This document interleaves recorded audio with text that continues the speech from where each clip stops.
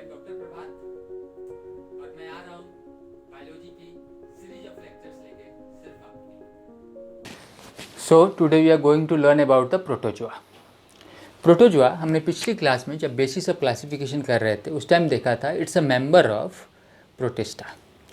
Even though we are doing this before animal kingdom, why? Because protista have animal like character. तो ये हमने पीछे बात कर ली है that since the protozoa have animal like character, hence we are doing this along with animal kingdom.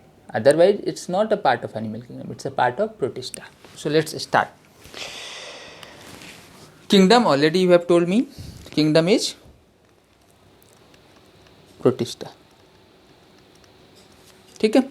Now under protista all the unicellular eukaryotes animal आते हैं। ये भी हमने पीछे पढ़ा था, ऑल यूनिसेलुलर यूकैरियोट्स ये सब आएंगे इसमें, है ना, यूनिसेलुलर यूकैरियोट्स। बट डोबेल एक साइंटिस्ट हैं जिन्होंने इसको बोला ए सेलुलर। कन्फ्यूज मत होना, यदि क्वेश्चन आता है प्रोटोजोअन्स आर, आंसर होगा यूनिसेलुलर ऑर्गेनिज्म। बट यदि क्वेश्चन आता है प्रोटोजोअन्स एज पर डोबेल, तब आंसर लिखेंगे हम what, a cellular. Now why Dobell's has called them as a cellular organism. देखिए structurally it's true, structurally they are unicellular, इसमें तो कोई डाउट नहीं है, structurally they are unicellular organism, ठीक है। बट फंक्शनली या फिजियोलॉजिकली देखें तो ये ए सेलुलर है। ना what is this physiological and structural? Physiological का मतलब हुआ, आप ऐसे इमेजिन करो कि ये एक सेल है, तो सेल के अंदर कई सेल ऑर्गेनेल्स होंगे, लाइक माइटोकॉन्ड्रिया एनर्जी प्रोड्यूस कर रहा होगा, राइबोसोम प्रोटीन बना रहा होगा। आप क्या किए, आप इसके अंदर इंटर कर गए। मान लो कि आप ग्रीन कलर के हो और आप इसके अंदर इंटर कर गए। अब आप इसके अंदर जाकर देख रहे हो, तो अंदर जाकर जब आप देख रहे होंगे तो आपको तो सिर्फ सेल ऑर्गेनेल्स दिखेंगे, सेल्स तो दिखेंगे नहीं। इसलिए हम बोलेंगे कि ऐसा लग रहा है जैसे कि ये ए सेलुलर ऑर्गेनिज्म है। सो फिजियोलॉजिकली, फंक्शन वाइज, जब आप फंक्शन देख रहे हैं, फंक्शन खोज रहे हैं कि कौन क्या काम कर रहा है, तो पता चल रहा है अंदर कोई सेल नहीं है काम करने के लिए, इसलिए आपने बोला कि ये सेलर है, ठीक है। But again I am repeating, if the question says protozoans are, I will say that unicellular organism. हाँ, यदि क्वेश्चन पूछता है protozoans are as per Dobell, then we will say a cellular organism, ठीक है। This is the mode of nutrition for protozoa, heterotroph, or they are, some of them are predator or parasite. Of course, predator or parasite, it's a type of heterotrophic mode of nutrition. एक चीज़ मैं यहाँ पे फटाफट आपको बता दूँ, the difference between autotroph and heterotroph. जो मैं जब भी बच्चों से पूछता हूँ, बच्चे बोलते हैं autotrophic organism means they are cooking their own food और they are making their own food, है ना। और हेटरोट्रॉफ में बोलते हैं कि हम किसी और पे डिपेंडेंट है ना। बट यदि आप ऑटो की बात करेंगे इस लेमन लैंग्वेज में, तो आप बोलेंगे कि autotrophics are also dependent on environment. फिर कैसे डिफाइन करेंगे? तो ध्यान से सुनो, एक चीज़ जो बेसिक है वो हमें ये बोलना है कि autotrophs they do convert inorganic substances into organic substances. So autotroph convert inorganic into organic, whereas heterotroph में ऐसा नहीं है, हेटरोट्रॉफ ऑर्गेनिक को ही कुक करता है, ठीक है। Now for this conversion you need energy. Now what is the source of energy? If the source of energy is sunlight, then it is known as photosynthetic organism. Photosynthetic organism. But if the source of energy is chemical reaction, then we say that they are chemosynthetic organism. So photosynthetic and chemosynthetic, ठीक है। Now this heterotrophic organism includes 4 mode of nutrition. हम digestion में करेंगे। Heterotrophic में mainly 4 type होते हैं। कौन कौन से? Holozoic, then symbiotic, then predator and आपका सिम्बायोटिक का ही दूसरा नाम है आपका म्यूचुअलिज्म, एंड देन सेप्रोजोइक। ये हम डाइजेशन टाइम करेंगे। There are 4 types of heterotrophic, ठीक है। सो प्रोटोजोअन्स में हम आगे चलते हैं। Habitat we will say universal, हर जगह मिलेंगे ये, पानी में खोजोगे, ज़मीन पे खोजोगे, everywhere they are universal. Body form की बात करेंगे, हम बोलेंगे variable. Why variable? Some of them are oval in shape, some of them are slipper shape in shape, some of them are amoeboid in shape. So variable body shape है ना, कोई fix नहीं है। बॉडी कवरिंग की बात करेंगे तो हम बोलेंगे yes body covering is there, body covering is there. Suppose one protozoa is there, इस प्रोटोजोआ के चारों तरफ बॉडी कवरिंग प्रेजेंट होती है और ये body covering is known as pellicle और ट्यूनिक और लॉरिका, है ना, या सेल भी बोल सकते हैं। तो कई नाम है इस बॉडी कवरिंग की। और ये body covering some time it might be silicaceous in nature, silicaceous in nature, some time it is calcareous in nature, calcareous in nature. ठीक है। Now what is the meaning of this silicaceous and calcareous? यदि आपसे बोला जाए what is the meaning of this silicaceous and calcareous? Silicaceous, as the name suggests, it is made up of silica. Calcareous, as the name suggests, is made up of calcium carbonate, है ना, calcium carbonate. ठीक है। अब ये detail उतना आता नहीं है। इसका एग्जाम्पल यदि बोलेंगे तो हम बोलेंगे रेडियोलेरियंस ग्रुप। इसका एग्जाम्पल यदि हम बोलेंगे तो बोलेंगे फोमिनीफेरेंस ग्रुप, फोमिनीफेरेंस ग्रुप, है ना। ये लेवल ऑफ ऑर्गेनाइजेशन हमने ऑलरेडी पढ़ लिया है सॉरी, जब बेसिस ऑफ क्लासिफिकेशन हम कर रहे थे क्या पढ़ा था हमने? लेवल ऑफ ऑर्गेनाइजेशन बताओ। Protoplasmic level, protoplasmic level, protoplasmic level, है ना, क्या होता है ये ऑलरेडी डिस्कस कर लिया। न्यूक्लियस पे कमेंट करने को यदि हमसे बोला जाए तो हम बोलेंगे some of them have single nucleus, some have double nucleus, some have multiple nucleus. तो न्यूक्लियस का नंबर वेरी करेगा डिपेंडिंग अपॉन द ऑर्गेनिज्म। जो डबल न्यूक्लियस है ना, some time you will see nuclear dimorphism, nuclear dimorphism, nuclear dimorphism. Now nuclear dimorphism का मतलब क्या होता है? नाम से पता चल रहा है न्यूक्लियस में दो मॉर्फोलॉजी का होना। डाई मीन्स टू, मॉर्फोलॉजी मतलब एक्सटर्नल अपीयरेंस, मतलब आप जब देखेंगे बाहर से तभी आपको लग जाएगा कि एक न्यूक्लियस दूसरे न्यूक्लियस से अलग है। कैसे अलग है? एक न्यूक्लियस तो छोटा होता है, दूसरा बड़ा होता है। छोटे को हम क्या बोलते हैं? माइक्रो न्यूक्लियस, और बड़े को क्या बोलते हैं? Macro nucleus. दोनों के काम में क्या फ़र्क है? Micro nucleus takes care of reproduction part, मतलब reproductive activity is taken care by the micro nucleus, whereas all the vegetative function, all the vegetative function मतलब क्या? All the function except the reproduction part, this is taken care by the macro nucleus. ठीक है। So micro and macro nucleus. Nutrition already we have done. Breathing and excretion के बारे में यदि हम बोलें तो हम बोलेंगे it is by diffusion, bye diffusion. Diffusion कहाँ से हो रहा है? Through body surface. So through body surface कुछ डिफ्यूजन होता है और ये एक्सचेंज होता है, एक्सचेंज हो जाता है गैसेस का, और जो आपका एक्सक्रीटिव मेटेरियल लाइक अमोनिया वो बाहर आ जाता है। Circulation is by streaming. Now what is this streaming? What is this streaming? Also known as cyclosis, also known as cyclosis। आपने पढ़ा होगा सेल चैप्टर में। एक सेल है और सेल के अंदर जो साइटोप्लाज्म है वो हमेशा सर्कुलेट होते रहता है, हमेशा सर्कुलेट होते रहता है। And for this circulation you need cytoskeleton, you need, there is a requirement of cytoskeleton, there should be cytoskeleton. एक चीज़ ध्यान से सुनना, सिंस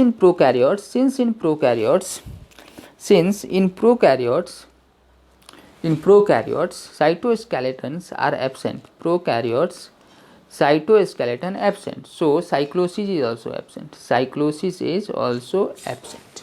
ठीक है। नेक्स्ट लोकोमोशन सुनो। लोकोमोशन इट कैन बी इधर बाई सीलिया और it can be by flagella और इट कैन बाई स्यूडोपोडिया और it can absent also. Locomotion can be absent also. थोड़ी देर में हम क्लासिफिकेशन करेंगे प्रोटोजोआ का, वहाँ हम देखेंगे that the protozoan has been classified into 4 different classes depending upon the locomotory organ. For example, if the cilia is the locomotory organ, we will say that they are ciliata, they are ciliata. If flagella, then we will say flagellata. If pseudopodia, we will say rhizopoda. And if there is absence of locomotory organ, we will say sporozoans। हम देखेंगे sporozoans में वो लोग आते हैं जो are completely parasites। Since they are parasite, they are getting everything inside the host body, and since they are getting everything inside the host body, there is no requirement of movement, and since there is no requirement of movement, hence during evolution they have lost their locomotory organ. ठीक है। Reproduction पे आते हैं। For reproduction we are going to next page, so they can reproduce इधर by a sexual way और sexual way. Now I hope you know what is binary fission, एक ही cell से दो सेल का ब्रेक होके बन जाना। व्हाट इज मल्टीपल फिजन, एक से मल्टीपल स्मॉल सेल का बन जाना, this is multiple fission. And what is budding, हमने देखा होगा हाइड्रा से बडिंग होता है, बडिंग होके दूसरे चीज़ का बन जाना, this is budding. Now what is the plane of this division, देखो simple fission is generally irregular, है ना, कहीं से भी प्लेनर डिवीजन हो जाएगा और 2 सेल बन जाएंगे। ट्रांसवर्स फिजन मतलब क्या है? ट्रांसवर्स फिजन मतलब ये देखो, plane of fission is transverse, longitudinal में लॉन्गिट्यूडनल, ठीक है ये। So binary fission can be इधर सिंपल और कैन बी ट्रांसवर्स और can be longitudinal. Now what is syngamy and conjugation? Syngamy का सिंपल मतलब होता है 2 सेल आए और आपस में फ्यूज हो गए और एक सेल बन गए, this is known as syngamy. And what is conjugation? Conjugation में देखो, 1 paramecium has come to other paramecium and they have formed something known as conjugation tube. ये देखो क्या बनाया उन्होंने, कंजुगेशन ट्यूब, और ये कंजुगेशन ट्यूब से उन्होंने ट्रांसफ़र कर दिया अपना जेनेटिक मटेरियल एक से दूसरे में, उन्होंने अपना जेनेटिक मटेरियल एक से दूसरे में ट्रांसफ़र कर दिया, this is known as conjugation, ठीक है। Next we are going to the sum of the diagram. आप देख लो, हालांकि डायग्राम जो एनसीईआरटी में नहीं है वो नहीं आएंगे आपके एग्जाम में आइडेंटिफाई करने के लिए, just for orientation. Entamoeba histolytica, then amoeba, then this is the paramecium, इस पे हम आएंगे इस डायग्राम पे। ये थोड़ा सा वाटर मतलब स्लाइड में हम देख रहे हैं, माइक्रोस्कोपिक स्ट्रक्चर है तो नेकेड आई से तो आप देख नहीं सकते, जब स्लाइड में आप देख रहे हैं तब का ये रियल फिगर है। देखो कुछ ऐसा दिखेगा आपको पैरामीशियम, ये देखो आपका फ्लेजलेट्स कुछ ऐसा दिखेंगे, ये अमीबा ऐसा दिखेगा आपको। सो ये उस स्लाइड का है जब आप अंडर माइक्रोस्कोप इनको एग्जामिन कर रहे हो, ठीक है। Now classification of protozoans, already you have told me that classification has been done on the basis of locomotory organ, and there are 4 classes and all these 4 classes have 4 अलग अलग locomotory organ. For example, flagellates have flagella is the locomotory organ, amoeboid have pseudopodia is the locomotory organ, sporozoans have no locomotory organ and ciliates have ciliate as the locomotory, already हमने बात कर दी है। अभी ध्यान से सुनो, ये slide देख के आप डरना मत, एक बात ध्यान से सुनिए। यदि आप नीट यूजी की प्रिपरेशन में हैं तो आप देखेंगे एनसीईआरटी ने सिर्फ एक पैराग्राफ या मतलब आई थिंक हाफ पेज है, एक हाफ पेज आपसे थोड़ा सा कम पेज इस साइड, और जब आप पेज फ्लिप करेंगे तो दूसरी साइड में मुश्किल से हाफ पेज या उससे थोड़ा सा ज़्यादा प्रोटोजोआ के बारे में लिखा है। बट यदि हम प्रीवियस ईयर्स के क्वेश्चंस पे जाते हैं तो कुछ एक्स्ट्रा फैक्ट हमें लगता है कि पता होनी चाहिए। ऑफ कोर्स ये जो टेबल में दिया हुआ है, it's not everything is not important, मैं मार्क करूँगा इसमें से क्या क्या इंपॉर्टेंट है और फिर हम रिवाइज करेंगे। जो अच्छे बच्चे हैं वो इस वीडियो को रोक के यहाँ पे इस चीज़ को आप देख सकते हैं हमने कहाँ क्या लिखा है। हाँ, अदरवाइज नॉर्मली इतना सारा डिटेल नहीं आता है, इतना सारा डिटेल नहीं आता है। Still we are doing just to get extra edge. पहले हम इस डायग्राम में मार्क करेंगे हमारे लिए क्या क्या इंपॉर्टेंट है, फिर हम नेक्स्ट पेज पे जाके उनको लिख लेंगे फटाफट से, so that you can have all the important points. So 4 class आपने बता दिया था, flagellates also known as mastigophora, rhizopoda also known as sarcodina, ciliata and sporozoans already बोल दिया था। इसमें से एक बात मैं बोलूँगा कि आप याद रखें, स्पोरोजोन्स ऑल आर पैरासाइट्स, ये याद रखें। Since they are parasite they do not have osmoregulatory, क्या होता है ऑस्मो रेगुलेशन के लिए, कंट्रेक्टाइल वैक्यूल्स, है ना, दे do not have contractile vacuoles, contractile vacuole भी एब्सेंट होगा इसमें, क्यों, क्योंकि पैरासाइट हैं। तो पैरासाइट हैं तो why contractile vacuole is absent, because the osmoregulation का काम अब किसका है, अब तो होस्ट का है और ये तो गेस्ट हैं। So they will not have any tension about the osmoregulation, so they do not have contractile vacuole, ठीक है। अब आइए इसमें हम देखते हैं क्या क्या चीज़ें इंपॉर्टेंट है। यदि हम फ्लेजलेट्स के बारे में बोलें तो मैं बोलूँगा रिप्रोडक्शन की बात ऑलरेडी हमने कर ली थी, बाइनरी फिजन, है ना, बाइनरी फिजन का ऑलरेडी हमने बात कर ली था। एग्जाम्पल में कौन कौन सा एग्जाम्पल इंपॉर्टेंट है, leishmania causative agent of kala-azar, trypanosoma causative agent of sleeping sickness, giardia causating agent of giardiasis, trichomonas, leucorrhoea, trichonympha, symbiotic, है ना। तो यदि हम इसमें यदि आप बोलो कि इसमें इसका आप क्रक्स लिख लो कि क्या क्या इंपॉर्टेंट है, तो मैं ये बोलूँगा कि ये देखो फ्लेजलेट्स के लिस्मेनिया, क्या बोला आपने, कॉजेटिव एजेंट ऑफ, क्या करता है ये, कालाजार, कालाजार, ठीक है। अब कालाजार करता है बट प्रोटोजोन्स आर स्मॉल, उसको एक से दूसरी जगह लेके जो जाता है ना, उसको हम बोलते हैं वेक्टर, उसको हम बोलते हैं वेक्टर। ये समझने का सबसे आसान तरीका है मलेरिया, मलेरिया का कॉजेटिव एजेंट क्या बोलेंगे हम, थोड़ी देर में हम आएंगे स्पोरोजोन्स में वहाँ लिखेंगे प्लाज्मोडियम सार्थक causative agent of malaria, but उसे लेके एक से दूसरी जगह कौन लेके जा रहा है, anopheles female mosquito. Why anopheles female mosquito, because she needs human blood during reproduction. Why she needs human blood during reproduction, because the human blood have protein and the protein is required for the ova production. So during evolution they are now dependent on the human protein, whereas the male anopheles, they do not require human blood, they are surviving on the plant cell. क्यों, वो reason आपको पता चला, ठीक है। सो हम Plasmodium की बात कर रहे थे कि Plasmodium causative agent of malaria, but उसका वेक्टर कौन है, एक से दूसरी जगह कौन लेके जा रहा है, एनोफिलीज। सच और जो आपके पैरासाइट हैं उनको हम बोलते हैं डाइजेनेटिक। दो होस्ट चाहिए, कौन कौन, ह्यूमन और एनोफिलीज। सो प्लाज्मोडियम के लिए कौन कौन चाहिए, ह्यूमन एंड एनोफिलीज। ध्यान रखना, दो host, if two host are required the parasite is known as digenetic. और इनमें से जिसमें भी रिप्रोडक्शन हो रहा होगा, कौन सा वाला, सेक्सुअल रिप्रोडक्शन, उसको हम बोलते हैं प्राइमरी होस्ट, और जिसमें बाकी का लाइफ साइकिल हो रहा है उसको हम बोलते हैं secondary host. Sometime the primary host is also known as obligatory host, whereas the secondary host is also known as intermediate host. Intermediate host, ठीक है, इंटरमीडिएट होस्ट, ठीक है जी, इतनी कहानी। चलिए, तो डाइजेनेटिक का मतलब हमें पता चला, दो होस्ट चाहिए, प्राइमरी होस्ट सेकेंडरी होस्ट का मतलब हमें पता चला, ठीक है। अब कभी कहीं आपको इस स्लाइड में कुछ वर्ड्स दिखेंगे, of course I am again saying not so important, just for sake of having some extra age. What is dimorphic? Di means two, morphic means morphology, दो morphology का होना। यदि आप लाइफ साइकिल को trace करेंगे तो आपको पता चलेगा they are changing their form, how many times, 2 times.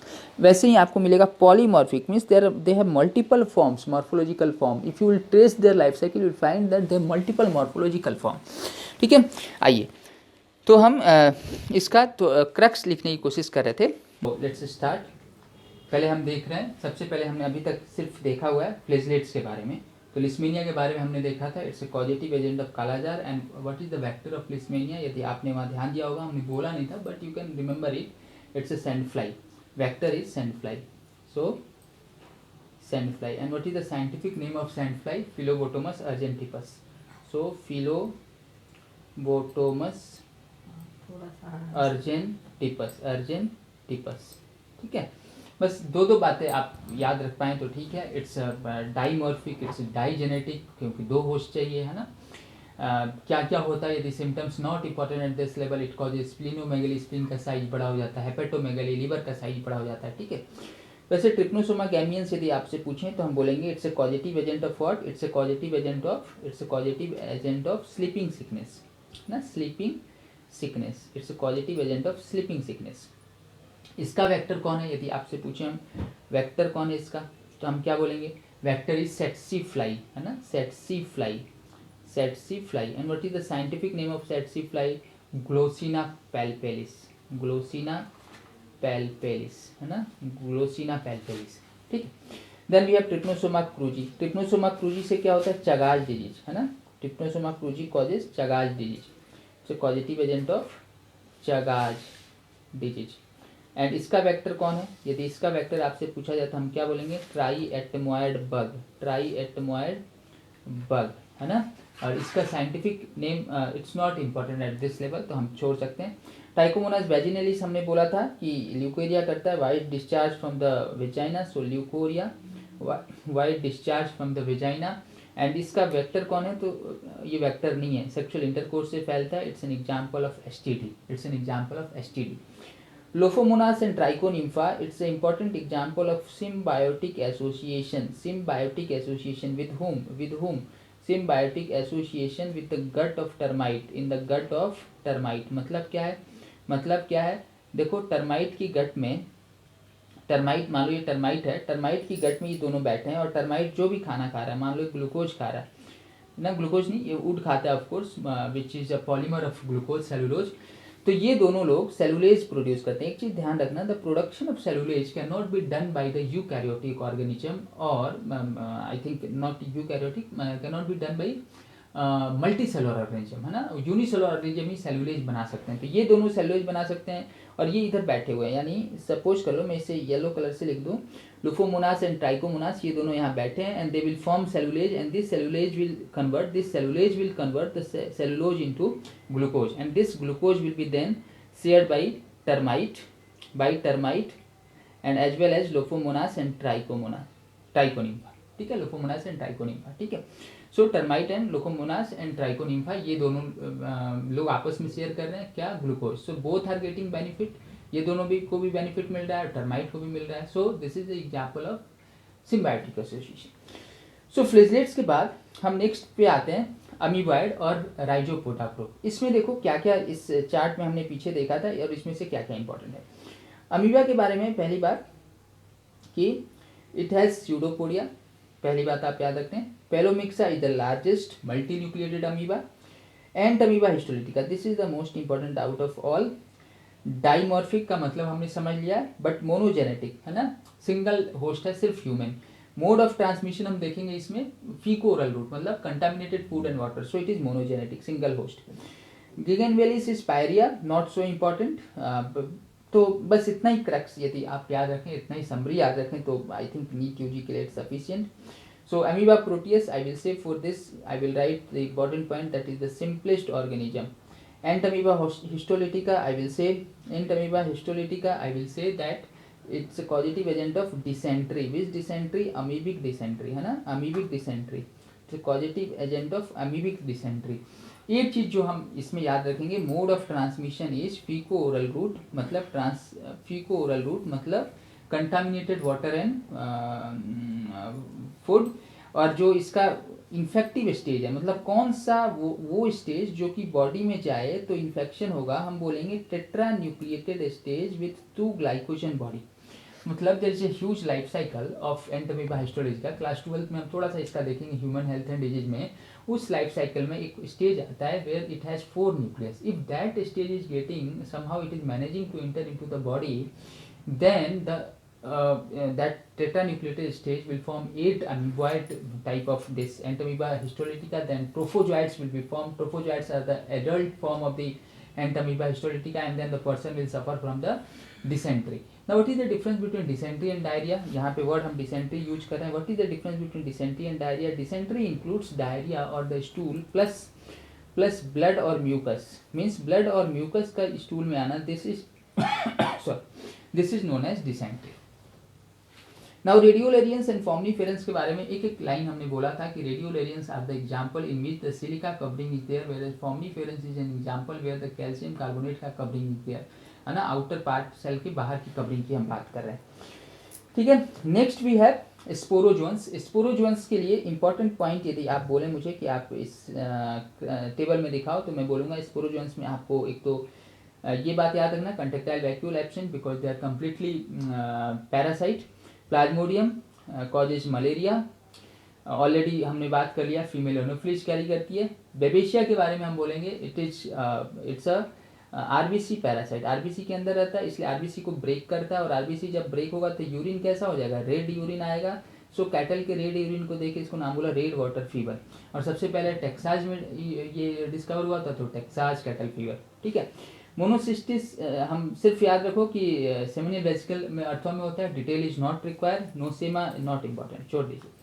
सो यदि आप मुझे इस पार्ट में बोले लिखने को तो मैं सिर्फ प्लाज्मोडियम को इम्पोर्टेंट बताऊंगा। ऑलरेडी इसके इंपॉर्टेंट पॉइंट बोले, causative agent of malaria and vector कौन है इसका, वो इज द वेक्टर। यदि हम बोले वो is the vector, vector is the female anopheles. Why female anopheles needs human blood, हमने बात की। And primary secondary host life cycle of plasmodium, ये सब 12th क्लास का टॉपिक है during human health and disease, वहाँ हम डिस्कस करेंगे।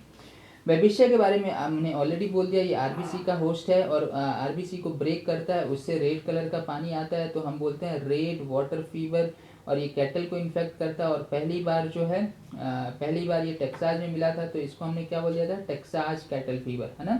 ये मोनोसिस्टिस के बारे में सिर्फ एक लाइन बोला था हमने कि it's the parasite of seminal vesicle, parasite of seminal vesicle of earthworm, seminal vesicle of earthworm, but इतना याद रखना हमें, ठीक है। इमेरिया इज नॉट इम्पॉर्टेंट, हम इसको छोड़ देंगे, eimeria I will not deal with. सो इतनी बातें आप याद रखें तो आपको आराम रहेगा। Last class we are left with paramecium which is the example of ciliata. अब ध्यान से सुनो, इन चारों में से इम्पॉर्टेंट पैरामीशियम है। पैरामीशियम का हम डायग्राम एक बार देख लें तो शायद हमारे लिए हेल्पफुल होगा। पहले तो आइए हम इस चार्ट पे आते हैं। पैरामीशियम स्लीपर एनिमल क्यूल, है ना। सेल माउथ होता है, सेल एनस होता है, क्या होता है, कहाँ होता है, वो हम देखेंगे। Vorticella is known as bell animalcule and बस दो ही मैं तो बोलूँगा, वर्टिसेला एंड पैरामीशियम, आप याद रखें। देखो पैरामीशियम का हम डायग्राम देखते हैं और उस पर पढ़ लेते हैं। This is the cell mouth, cytostome, this is known as the cell mouth. This is the part from where the food will enter into the paramecium. This is the cell anus, cytopage is the cell anus, cytopage is the cell anus, and you can appreciate the silica cilia throughout. So ciliate animal, the covering is known as pellicle, and one thing which already we have discussed, that it will show the nuclear dimorphism, micro and macronucleus. So micro and macronucleus, and the function already we have told that micro will be taking care of reproduction and macro will be taking care of all the vegetative function. तो ये हमने बोल दिया। Contractile vacuoles already we have told what is the function of contractile vacuole. Contractile vacuole will be regulating the osmo regulation part, है ना, जो excretion में ये help करता है, ठीक है। So this is the overview जो कि आपको पैरामीशियम के बारे में याद रखना पड़ेगा। So we have done the classification, we have done this table, we have seen the important part of this table, and we have written some of the important point of this table, which I think is important for NEET UG. Of course, the details of all the subtopic is not required at this level. And next phylum we will have Porifera, and this will be the first phylum of the animal kingdom. But we will do this into the next video. Dear friend, I think आपको ये video पसंद आया होगा, so please go to the channel, subscribe it, like it, and share it with your friend. Thanks.